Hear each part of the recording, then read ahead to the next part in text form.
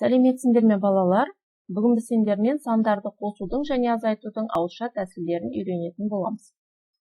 23 санына 2-ні қалай қосамыз? Ол үшін алдымен 23-ті разрядты қосылғыштарға жіктеп аламыз. 23 дегеніміз 20 мен 3-тің қосындысы.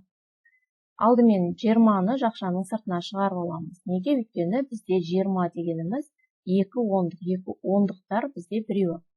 Сондықтан 20 қосу жақшаны ашамыз. Мынау 3 бірлікке 2 бірлікті қосып аламыз. 3-ке 2-ні қосамыз. 5, 20-ға 5-ті қоссақ, 25 болады екен. 25 деп мұнда жазамыз. Келесі енді тексерейік. Немесе азайту амалын қалай азайтамыз? 25-тен 2-ні қалай азайтамыз? 25 дегеніміз 20 мен 5-тің қосындысы екен. 20-ны жақшаның сыртына шығарамыз. Қосу 5-тен мынау 2.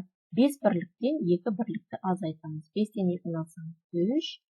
Сонда 20-ға 3 қоссам 23 болады екен.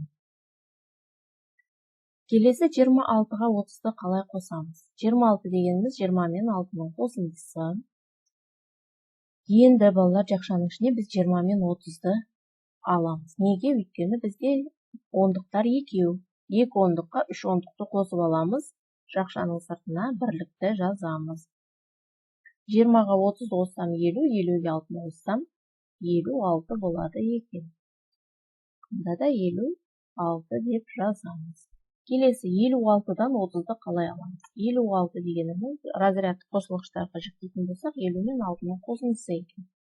50-ден 30-ды аламыз, өйткені ондықтар екеу. 50-ден 30-ды аламын, 20 болады, оған 6-ны қосамын, 26 болады екен. Мұнда да 26 деп жазамыз. Видео ұнаса, тіркелуді, лайк басуды ұмытпаңдар.